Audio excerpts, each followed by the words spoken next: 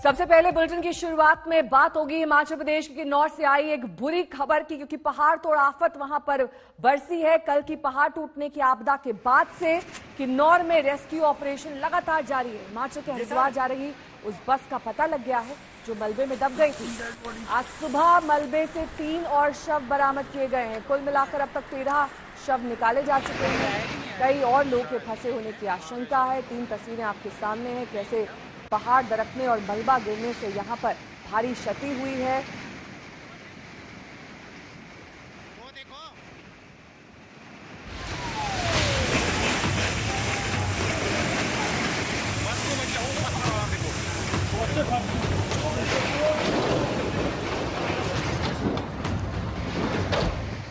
कुछ इसी तरह कल हिमाचल प्रदेश के किन्नौर जिले में पहाड़ों से बरसी आफत।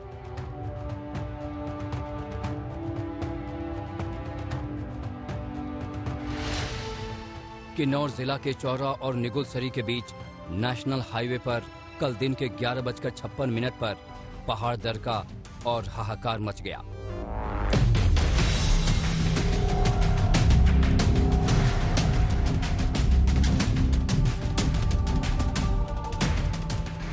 पत्थर, मिट्टी और मलबा अंधाधुंध ऐसे गिरा कि उसने कई जिंदगियों को अपनी चपेट में ले लिया। यात्रियों से भरी बस मलबे में दब गई।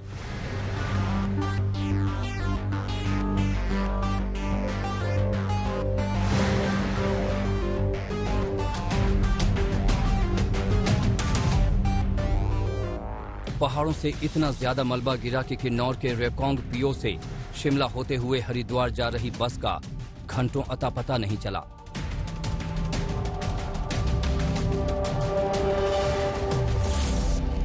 पूरी रात बेचैनी में गुजरी, क्योंकि अंधेरा घिरने की वजह से रेस्क्यू ऑपरेशन रोकना पड़ा। लेकिन सुबह जैसे ही आईटीबीपी के जवानों ने रेस्क्यू ऑपरेशन शुरू किया, बड़ी राहत की खबर मिली। जिस बस का कल तक अता पता नहीं था, वो बस मलबे में नजर आई।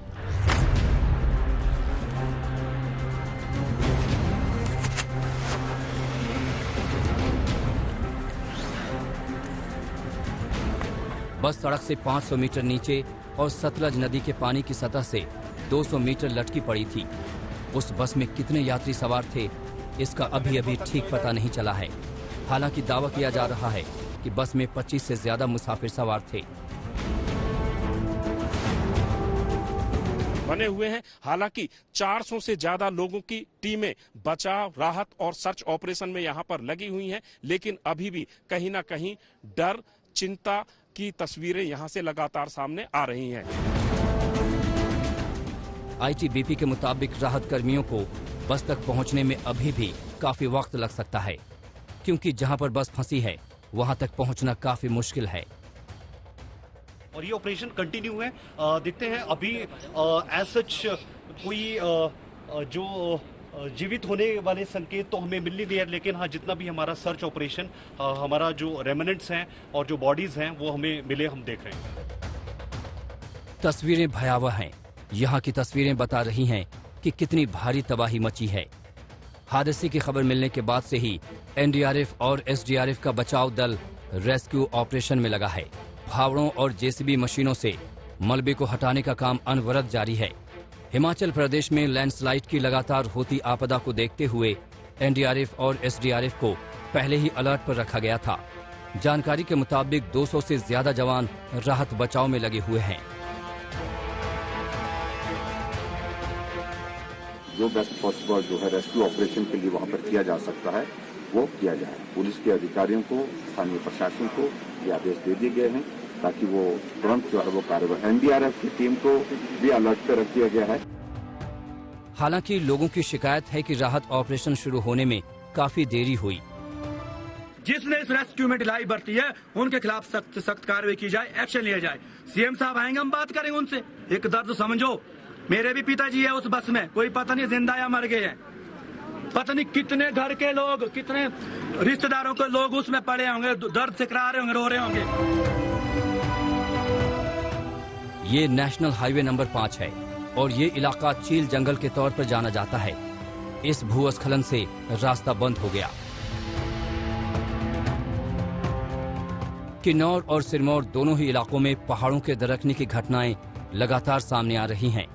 हालांकि किन्नौर के इलाके में पहाड़ जब दरकते हैं तब मिट्टी और मलबा नहीं, बड़े बड़े चट्टान गिरते हैं।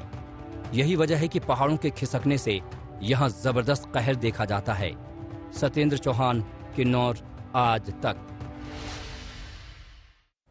जहां ये हादसा हुआ है वहां से जुड़े मेरे सहयोगी सत्येंद्र चौहान। सत्येंद्र, जो तस्वीरें वहां से आ रही हैं दरअसल काफी विचलित करने वाली हैं। बस की दूरी काफी ज्यादा है, कौन सी वो चैलेंजेस हैं जो इस वक्त रेस्क्यू ऑपरेशन में सामने आ रहे हैं? देखिए, सबसे बड़ा चैलेंज है नेहा, तस्वीरें मैं आपको दिखाऊंगा कि यहाँ पर अभी भी रुक रुक कर लैंडस्लाइड हो रहा है। यहाँ पर आप देखिए ITBP, NDRF, Himachal police, SDRF की टीमें लगी हुई हैं और जो वाहन यहाँ पर जा रहे हैं उन वाहनों को रोक रोक कर निकालना पड़ रहा है, क्योंकि पीछे जो पहाड़ है वो अभी भी, देखिए वो तस्वीरें मैं आपको दिखाऊं, वो जो मिट्टी गिरती हुई नजर आ रही है, यहाँ पर अभी भी लगातार जो है लैंडस्लाइडिंग हो रही है। तो एक खतरा ये है।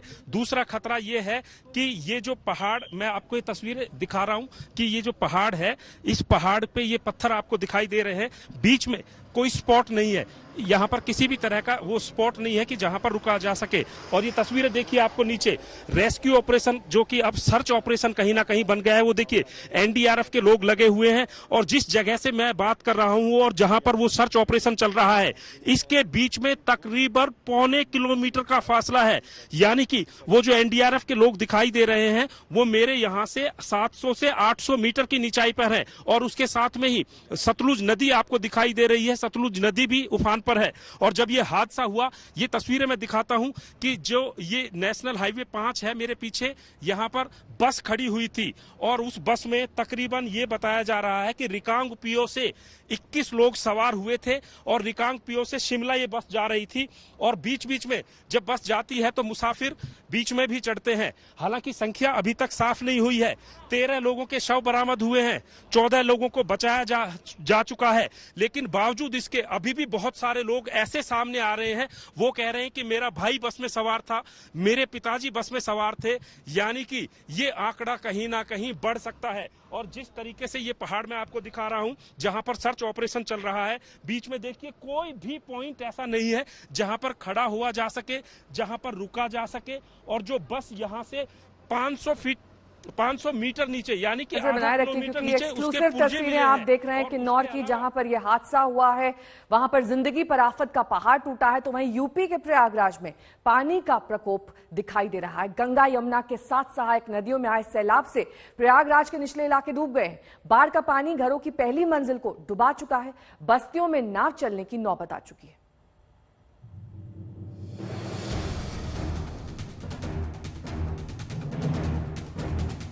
डूबे हुए मकान, डूबी हुई दुकान,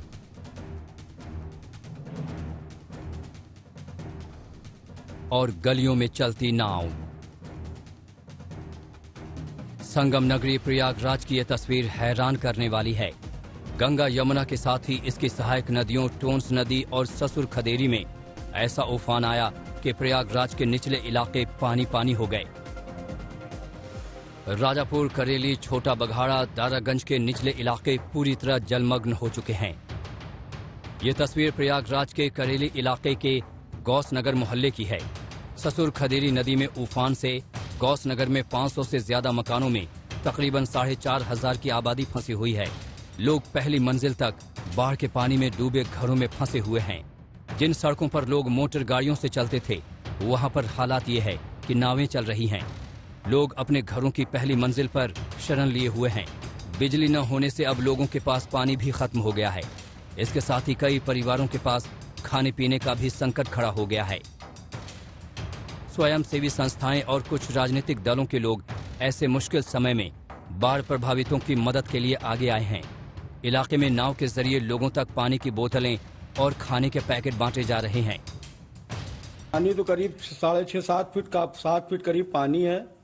बहुत परेशानी में है। अब ये है कि किसी तरीके से वो है, अंदर है, हम काट रहे हैं। और क्या प्रशासन से कोई मदद मिल पा रही है?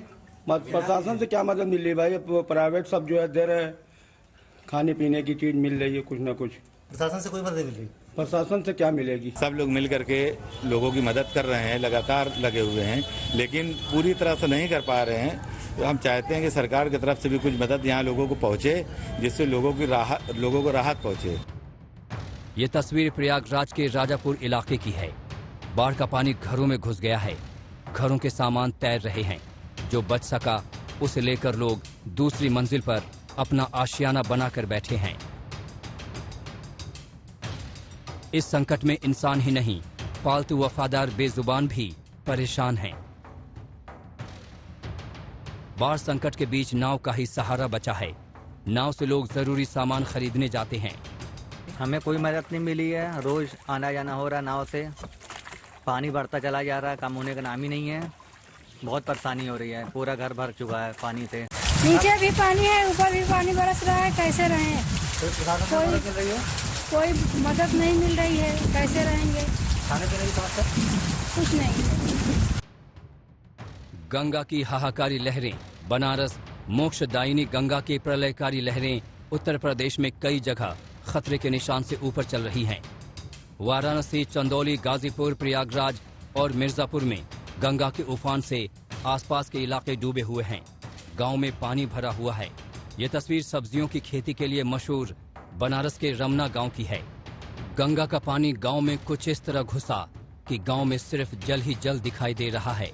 वाराणसी में गंगा खतरे के निशान से ऊपर बह रही है, जिसके चलते रमना गांव का आंगनबाड़ी केंद्र, स्वास्थ्य उपकेंद्र, सामुदायिक शौचालय और यहां तक कि जहां अंतिम संस्कार होता है वो जगह भी लबालब है।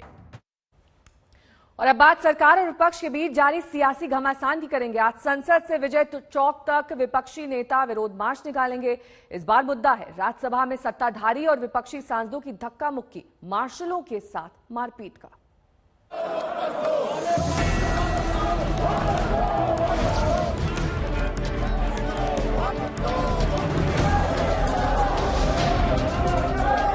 लोकतंत्र की सर्वोच्च संस्था कहिए, इसे लोकतंत्र का मंदिर पुकारिए या संसद का उच्च सदन, ये सब सभापति के आसन के सामने रूल बुक उड़ाया तो बुधवार को देर शाम जमकर धक्का मुक्की हुई। सत्ताधारी और विपक्षी सांसदों में, विरोधी सांसदों और सदन के मार्शलों में। जिस प्रकार से पैनल चेयरमैन के ऊपर हमला करने की कोशिश की गई, जिस प्रकार से सब टेबल स्टाफ के ऊपर, सेक्रेटरी जनरल के ऊपर हमला करने की कोशिश की, और सबसे निंदनीय घटना हुई कि एक lady marshal, lady security staff का गला घोटने की जो कोशिश की गई, उससे मैं समझता हूं इस पूरे सदन की भी गरिमा गिरी है। मार्शल को मैन हैंडलिंग का कोशिश हुआ, इससे पहले भी एक बार था। इस बार तो पूरा हद पार करके, crossing all the limits, marshal के ऊपर हमला करने का कोशिश किया। मार्शल को गला दबा दिया। फिर भी मार्शल अत्यंत संयम के साथ विथ अटमोस्ट पेशेंस वो खड़े हुए थे। ये तो आरोप हैं देश के दो मंत्रियों के, लेकिन विपक्ष की अपनी अलग दलील है। कांग्रेस का पलटवार है कि संसद में इतने मार्शल लगाए गए हैं कि इसे किला बना दिया गया है। टीएमसी का आरोप है कि उनकी एक महिला सांसद के हाथ में चोट आई है। सरकार की सख्ती से नाराज पूरे विपक्ष ने राज्यसभा से वॉकआउट कर दिया। हमारे खिलाफ मार्शलों को यूज किया गया, खासकर हमारे महिलाओं के मार्शल ने एक फिजिकली मैन हैंडलिंग किया और हमारे महिलाएं उनके लिए कोई सेफ्टी नहीं है। और महिला मेंबर को अगर सदन में सेफ्टी नहीं है तो आप इसके ऊपर सोचिए कि किस ढंग से यह सरकार चल रही है। भारी हंगामे के बीच लोकसभा और राज्यसभा दोनों को अनिश्चित काल के लिए स्थगित कर दिया गया है। सरकार ने बवाल मचाने वाले विपक्षी सांसदों के खिलाफ सख्त एक्शन की मांग की है, तो 15 विपक्षी दलों ने आज एक साथ अपने विरोध को जनता के सामने रखने का अलग तरीका अपनाया है। आज 15 सरकार विरोधी दल अपने सांसदों के साथ संसद से विजय चौक तक मार्च करेंगे। इसके साथ राहुल गांधी भी विजय चौक तक कदम ताल करेंगे। वो जनता को बताएंगे कि कैसे सरकार ज्वलंत मुद्दों पर चर्चा के लिए तैयार नहीं है, कैसे सरकार ने मॉनसून सत्र को 2 दिन पहले ही खत्म कर दिया। आज तक ब्यूरो। बात अब तालिबान के कहर की करेंगे। अफगानिस्तान के कई इलाकों पर तालिबान का कब्जा बढ़ता जा रहा है। एक एक करके तालिबान प्रांतों की राजधानियों और सरकारी संपत्ति पर कब्जा कर रहा है। कल तालिबानी आतंकियों ने कांधार जेल पर हमला किया और यहां से कैदियों को छुड़ाकर ले गए।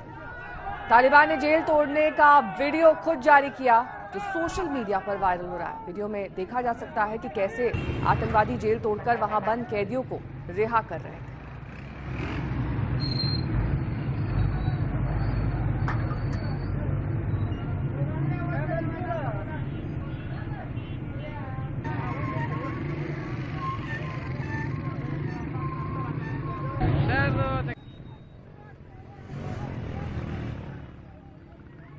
एक 127वां संविधान संशोधन बिल संसद में पास हो गया है, जिसके बाद अब राज्यों को ओबीसी लिस्ट तैयार करने का संवैधानिक अधिकार मिल जाएगा। यानी राज्य खुद ये तय कर सकेंगे कि ओबीसी लिस्ट में कौन कौन जातियां आएंगी। मंगलवार को 127वां संविधान संशोधन बिल लोकसभा से पास हुआ और आज राज्यसभा में भी पास हो गया। एक वाक्य में इसे समझें तो अब ओबीसी लिस्ट तैयार करने का अधिकार राज्यों को मिल गया। संसद से पास बिल अब कानून बन जाएंगे, लेकिन इस कानून से क्या बदलेगा, सबसे पहले इसे समझिए। बड़ी बात नंबर 1, राज्यों को ओबीसी लिस्ट बनाने का अधिकार। बड़ी बात नंबर 2, 671 जातियों को ओबीसी का दर्जा मिला। बड़ी बात नंबर 3, ओबीसी की लिस्ट पर कंफ्यूजन खत्म होगा। बड़ी बात नंबर 4, ओबीसी में जातियों की एंट्री का रास्ता खुला। ओबीसी समुदाय की जो सामाजिक आर्थिक स्थिति में तो हमारे देश में फेडरल स्ट्रक्चर बिल राज्यों को ओबीसी लिस्ट तैयार करने का अधिकार देने का था, लेकिन सबसे ज्यादा चर्चा जाति आधारित जनगणना पर हुई। पार्टियां कोई भी हों, सभी ने एक सुर में जातिवार जनगणना की मांग उठाई। क्या पक्ष क्या विपक्ष। अब सवाल यही है कि चाहते सब हैं तो जाति आधारित जनगणना होती क्यों नहीं। सोशियो इकोनॉमिक कास्ट सर्वे सेंसस बनी थी, लेकिन 4 से 14 के अंदर नहीं बनी। 11 में एक आई, उन्होंने उसको इम्प्लीमेंट, जयराम जी ग्रामीण विकास के मंत्री भी रहे, उसको हमने लागू किया। इसलिए देश में कास्ट सेंसस ये ऐसे इवोल्यूशनरी प्रोसेस है। कास्ट सेंसस नहीं होने से नहीं होगा ऐसा नहीं है। अनेक राज्यों ने उसको आधार माना है। निश्चित तौर पर हम पिछड़े वर्ग के लोग, हमारी जाति के लोग, वर्ग के लोग, समाज के लोग सिर्फ चुनाव के समय में फोकस जरूर होते रहे हैं। आज यदि ये जनगणना को मोहर लग जाती है संसद में कि राज्य अपने हिसाब से करा सकेंगे, तो आने वाले समय में निसंदेह हम सिर्फ चुनावों के दौर में ही नहीं, बल्कि जिस तरह मोदी सरकार में 27 ओबीसी के मंत्री शामिल हुए हैं, इस तरह ओबीसी अपने हक और अधिकार के लिए लड़ेगा। क्या पूरा सियासी खेल सिर्फ खुद को पिछड़ों का हितैषी दिखाने का है? राज्यसभा हो या लोकसभा, एनडीए से भी यही आवाज आई कि जातिवार जनगणना होनी चाहिए। मैं फिर दोहराऊंगी कि ये समय की आवश्यकता है, देश को इसकी जरूरत है। हमारी संख्या कितनी है, ये देश की पिछड़ी जातियों को जानने का अधिकार है। जब हमारी संख्या स्पष्ट होगी, तभी हम इन जातियों के साथ न्याय भी कर पाएंगे। जनगणना को शुरू किया जाए और जो अत्यंत पिछड़े वर्ग में है, जो समाज के अति में हैं, उनकी समस्याओं का निदान के लिए एकमात्र है जनगणना करना। इन्हीं चंद शब्दों के साथ मैं सिंघवी साहब को बताना चाहता हूं कि चमन के सींचने में पत्तियां कुछ झड़ गई होगी। चमन के सींचने में पत्तियां कुछ झड़ गई होगी, वो इल्जाम उस पर लगाते हैं इस चमन के बेवफाई का। और जिसने चमन के कलियों को अपने हाथों से रौंद डाला, वो दावा करते हैं इस चमन के। धन्यवाद रामनाथ ठाकुर जी। बीजेपी सांसद हो, एनडीए के सहयोगी सभी जातिवार जनगणना की आवाज को बुलंद कर रहे हैं, लेकिन केंद्र सरकार ने जाति आधारित जनगणना करने से साफ इनकार कर दिया है। आज विपक्ष ने एक सुर में इसी मुद्दे पर केंद्र सरकार को घेरा। तुम्हारा क्या या तुम्हें क्या, तुम्हें तो आसान है बहुत रास्ते बदलना, तुम्हें तो आसान है बहुत रास्ते बदलना। हमें हर एक मौसम काफिले के साथ चलना है। तो आप ओबीसी काफिले को सिर्फ लिप सर्विस दे रहे हैं, हमेशा उसके साथ नहीं चल रहे हैं। Again the states, 2014 the states would spend 46%. Now the states are spending 65% on programs they undertake. Sir, why no caste-based census? कि 2011 में हमारे राष्ट्रीय अध्यक्ष लालू जी, मुलायम सिंह जी, शरद यादव जी और कई साथी कर्नाटका के, तमिलनाडु के जातीय जनगणना की बात हुई, इनकॉर्पोरेट किया गया। सर, इसी सदन में मैंने कई दफा सवाल पूछे कि उन आंकड़ों का क्या हुआ, तो कहा गया कि आंकड़ा करप्ट हो गया। सर, करप्शन ढूंढना पड़ेगा आंकड़े में है या मानस में है, क्योंकि मानस का करप्शन आंकड़ों के करप्शन में तब्दील हो जाता है।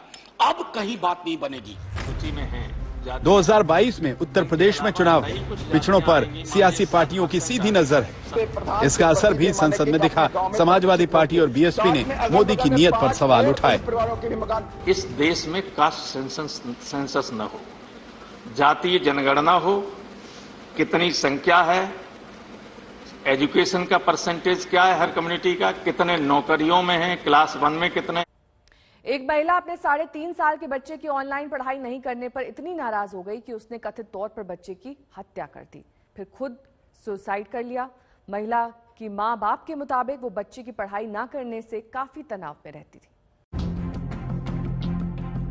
नासिक के इस घर में एक खुशहाल परिवार रहता था। एक 3.5 साल का बच्चा, जिसे शायद कंप्यूटर पर ऑनलाइन पढ़ाई करने से ज्यादा अच्छा दीवारों पर अपनी क्रिएटिविटी दिखाना लगता था। पर बच्चे की मां उसकी पढ़ाई को लेकर बहुत तनाव में रहती थी। मंगलवार को मां बच्चे को ऑनलाइन पढ़ाई करवाने के लिए साथ लेकर कमरा बंद करके बैठी थी।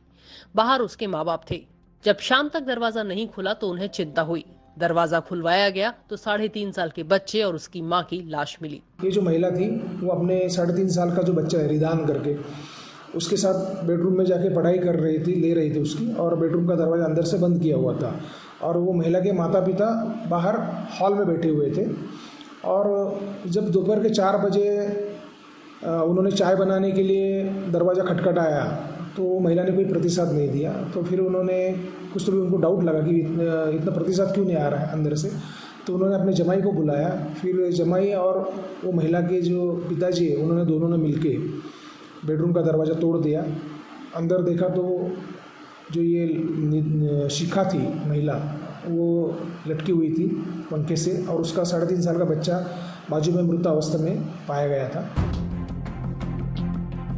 पुलिस के मुताबिक उन्हें मां बेटी की जोड़ी के शवों के पास से एक सुसाइड नोट मिला है, जिसमें लिखा है कि उनकी मौत के लिए किसी को जिम्मेदार नहीं ठहराया जाए। ये जो महिला थी अपने बच्चों से ज़्यादा एक्सपेक्टेशन पढ़ाई के बारे में रखती थी, उम्र के हिसाब से ज़्यादा एक्सपेक्टेशन था। उसके माँ बाप ने भी उसको समझाया था कि भाई 3.5 साल का बच्चा है तो उससे इतना एक्सपेक्टेशन नहीं लिया जा सकता। तो जब वो अंदर बेडरूम में पढ़ाई ले रही थी, हो सकता है उसमें कुछ उनका गुस्से वाली भी थी, तो उसने बच्चे के साथ ये उसको मार दिया और फिर सुसाइड किया। ये सब भी फिलहाल मालूम पड़ा है। कल भी नवी मुंबई में पढ़ाई को लेकर एक मां की हत्या हो गई। नवी मुंबई के अरोली में रहने वाली 42 साल की महिला चाहती थी कि उसकी बेटी डॉक्टर बन जाए। मेडिकल की तैयारी के लिए 15 साल की बेटी को नीट क्लासेस में भी भर्ती करवाया था, पर बेटी की दिलचस्पी पढ़ाई में नहीं थी। बेटी को पढ़ाई को लेकर काफी डांट भी पड़ती थी। एक दिन पढ़ाई को लेकर माँ बेटी में झगड़ा हो गया। माँ की टोका टाकी से आरोपी बेटी इतनी तंग आ गई कि उसका सब्र जवाब दे गया। गुस्से में आकर आरोपी नाबालिग बेटी ने अपनी 42 साल की माँ को कराटे की बेल्ट से गला घोंटकर मार डाला। नासिक से प्रवीण ठाकरे के साथ आज तक ब्यूरो।